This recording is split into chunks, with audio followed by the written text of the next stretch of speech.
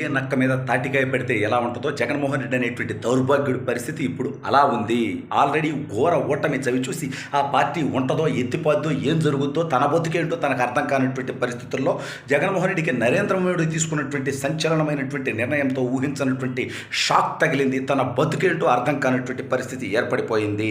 అసలు ఇంతకీ ఏంటా కథ అనేది వీడియోలో వివరించబోయే ముందుగా ఇప్పటివరకు మన ఛానల్ సబ్స్క్రైబ్ చేయని వాళ్ళు ఖచ్చితంగా సబ్స్క్రైబ్ చేయండి. ఇక విషయానికి వస్తే 420 అంటే ఈ రోజు కూడా ముఖ్యమంత్రిగా ఉన్నాడు ఆ దౌర్భాగ్యుడు. అది ఇంకో 2-3 రోజులు కొనసాగేటట్టు ఉంది, అది వేరే విషయం. 12వ తేదీ చంద్రబాబు నాయుడు గారు ముఖ్యమంత్రి అయ్యేంత వరకు ఈ నికృష్టుడే ఈ రాష్ట్రానికి స్టిల్ ఆపద్ధర్మ ముఖ్యమంత్రిగా ఉంటాడు.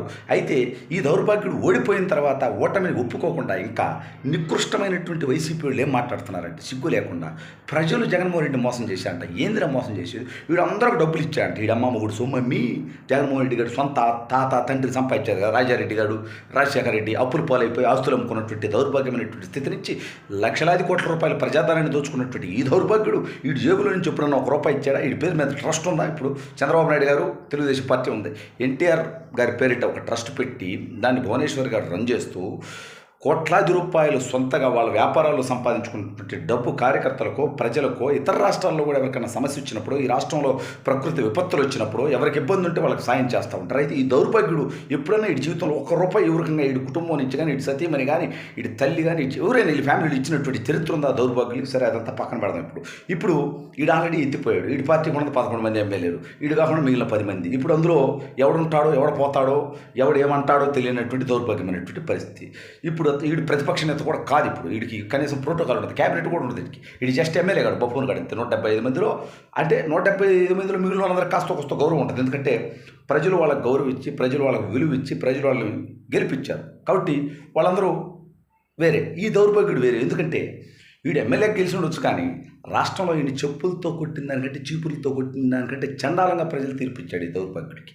వీడు నేను మీ మా బిడ్డ కాదు, నువ్వు క్యాన్సర్ కట్టరా, ఈ రాష్ట్రాన్ని సర్వనాశనం చేసినటువంటి దౌర్భాగ్యుడురా అని చెప్పి తీర్పిచ్చారు. అయితే వీడికి టెన్షన్ ఏంటంటే ఇప్పుడు కేంద్ర క్యాబినెట్లోకి తెలుగుదేశం పార్టీని ఆహ్వానిస్తున్నారు నరేంద్ర మోడీ గారు. మరి వీడి బతికేంది? ఈ డిక్కీ కింద కేసులు ఉన్నాయిగా, సిబిఐ ఈడీ కేసులు, అనేక రకాలైనటువంటి కేసులు.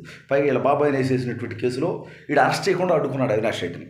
అరెస్ట్ చేయడానికి సిబిఐ వాళ్ళు వస్తే వాళ్ళ గుండాలను పెట్టి అరెస్ట్ చేయకుండా అడ్డుకున్నటువంటి నికృష్టుడు ఈ యొక్క జగన్మోహన్ రెడ్డి. ఆ రోజు అధికారంలో ఉన్నాడు కాబట్టి. సరే, అనేక రకాలైనటువంటి ఆరోపణలు నా దగ్గర రాజ్యసభ సభ్యులు ఉన్నారు, ఆ 11 మందిని నేను మీకే ఊడిగని చేపిస్తా అని కూడా వాళ్ళతో ఎన్నాళ్ళు ఏదో సత్సంబంధాలు మెయింటైన్ చేశారని చెప్పి ఒక పుకారు లేపారు. కానీ ఇప్పుడు ఆ పరిస్థితి కూడా లేదు. ఉన్నటువంటి 11 మంది రాజ్యసభ సభ్యుల్లో కూడా ఎవడుంటాడో ఎవడు పోతాడో, అసలు జగన్మోహన్ రెడ్డి మాట ఎవడిట్టాడో తెలియనటువంటి పరిస్థితి. అనేక మంది జంప్ అవుతారని టాప్ నడుస్తూ ఉంది. ఇక గెలిచినటువంటి 4 ఎంపీల్లో 3 ఆల్రెడీ జంపింగ్కి సిద్ధమైపోయినట్టుగా తెలుస్తూ ఉంది. అది కూడా బీజేపీకి జంప్ అవడానికి. ఇక మిగిలింది కూడా ఒకడేవుడంటే అవినాష్ రెడ్డి. ఆడి బతికేంటి? ఆడు జైలుకు పోతాడు, అక్కడ బై ఎలక్షన్ వస్తాయి, ఆటోమేటిక్గా ఆ సీటు కూడా పోద్ది. అంటే జగన్మోహన్ రెడ్డి దగ్గర ఇంక ఎంపీలు ఉండరు, ఎమ్మెల్యేలు ఎవడుంటాడో తెలియదు. ఎవడుంటాడబ్బా? వాళ్ళు కూడా ఉండే చేయాలి దౌర్భాగ్యుడి దగ్గర, ఈ శాడిస్ట్ దగ్గర, ఈ సైకో దగ్గర. గత 5 సంవత్సరాలుగా ముఖ్యమంత్రిగా ఉంటే ఎమ్మెల్యేలను కలవనటువంటి ఈ దౌర్భాగ్యుడు ఇప్పుడు ఉన్నటువంటి 10 మందిని మాత్రం కలిసేటువంటి ప్రయత్నం చేస్తాడా? ఇది ఒక సైకో. మనుషులు లేపి వాడిని ముఖ్యమంత్రి చేసినటువంటి ప్రజలను కలవాల. గెలవగానే ఇది నీచుడు చేసిన పనింది, ప్రజావేదికని కూల్చినటువంటి నికృష్టుడు వీడు. అంటే ప్రజలను కలవకూడదని 5 సంవత్సరాలు ఎప్పుడైనా వీడు ప్రజలను కలిశాడా? ప్రజల బాధలు విన్నాడా? ప్రజలకు అండగా నిలబడ్డాడు? సరే, ఇవన్నీ పక్కన పెడదాం. ఇప్పుడు కేంద్ర క్యాబినెట్లోకి తెలుగుదేశం పార్టీ జాయిన్ అయితే ఏమవుతుంది? గతంలో కంటే ఈసారి తెలుగుదేశం పార్టీకి ఎక్కువ ఎంపీలు వచ్చాయి, ఎక్కువ విలువ ఉంటుంది కేంద్రంలో కూడా. ఎందుకంటే భారతీయ జనతా పార్టీకి పూర్తి మెజార్టీ రాలేదు కాబట్టి కేంద్రం తీసుకునేటువంటి ప్రతి నిర్ణయంలో తెలుగుదేశం పార్టీ పాత్ర, తెలుగుదేశం పార్టీ అభిప్రాయాన్ని కూడా వాళ్ళు పరిగణలోకి తీసుకునేటువంటి పరిస్థితి ఉంటుంది. పైగా ఈడీ కేసుల్లో, సిబిఐ ఈడీ కేసుల్లో వేగవంతం చేయాలనేటువంటిది ఒక్క మాట అక్కడి నుంచి వచ్చిందంటే ఈడి బతికేమవుద్ది? జైలు పాలవుతాడు. ఈ పార్టీ ఏమవుద్ది? ఎత్తిపోద్ది. సరే, కాపాడుకోవాలంటే ఏం చేయాలి? వాళ్ళ సతీమణి భారతిరెడ్డి గారు వాళ్ళలాగా మనం నిత్యంగా మాట్లాడడం, వాళ్ళ ఇంట్లో మహిళల్ని గౌరవిస్తాం మనం, మహిళ కాబట్టి. ఆవిడేంది? ఆవిడ ఆ పార్టీ నడుపుద్దా అంటే అది కుదరదు. ఎందుకంటే ఆవిడ జగన్మోహన్ రెడ్డి డెకాయిట్ 420 కేసుల్లో ఆవిడ కూడా ముద్దాయిగా ఉన్నారు కాబట్టి ఆవిడ కూడా జైలుకి వెళ్ళేటువంటి పరిస్థితి ఉంది. ఇక మిగిలింది ఎవరు లేరు. జగన్మోహన్ రెడ్డి అనేవాడు వాళ్ళ కుటుంబ సభ్యులు ఎవరు లేరు. ఎందుకంటే వాడు చేసినటువంటి మోసాలకి ఆల్రెడీ తల్లికి ఉన్నటువంటి పదవి పీకేసి పక్కన పడేశాడు. చెల్లెళ్ళు ఇద్దరు ఆల్రెడీ రివర్స్ అయ్యి మన కడపలో పోటీ చేయడం జరిగింది. సావు తప్పి కన్నులు ఒట్టపోయినట్టుగా అవినాష్ రెడ్డి 69,000తో గెలిచాడు. అంటే ఒక 35,000 ఓట్లు ఇటు నుంచి అటు మారితే ఆ కడప ఎంపీ కూడా ఎత్తిపోయేదన్నమాట. లేదా షర్మిల గారికి పడినటువంటి 1,50,000 ఓట్లు తగ్గి ఇటు తెలుగుదేశం పార్టీకి పడితే తెలుగుదేశం ఘన విజయం సాధించేదన్నమాట. సరే, మొత్తానికి కడప పార్లమెంట్లో తెలుగుదేశం పార్టీ అత్యధికంగా 5 అసెంబ్లీ స్థానాలకు ఇచ్చింది. జగన్మోహన్ రెడ్డి అనేటువంటి డెకాయిట్ గడి పరిస్థితి ఏంటి? వాడికి ఎంతమంది గెలిచారు? వాడి బతికేంది? సొంత జిల్లాలో పొరుగుపోయింది.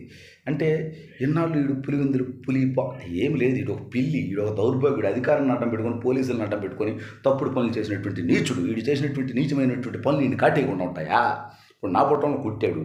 కొట్టించిన వాళ్ళు, కొట్టిన వాళ్ళు, దాని వెనక్కున్న వాళ్ళు, దానికి సహకరించినటువంటి వాళ్ళు అందరితో ఉత్తర ఖచ్చితంగా తీరుద్దు కదా. ఈ డెకాయిట్ గడి అధికారం శాశ్వతమని వాళ్ళు ఈ తప్పుడు పనుల్లో భాగస్వాములు అవ్వడం తప్పు కదా.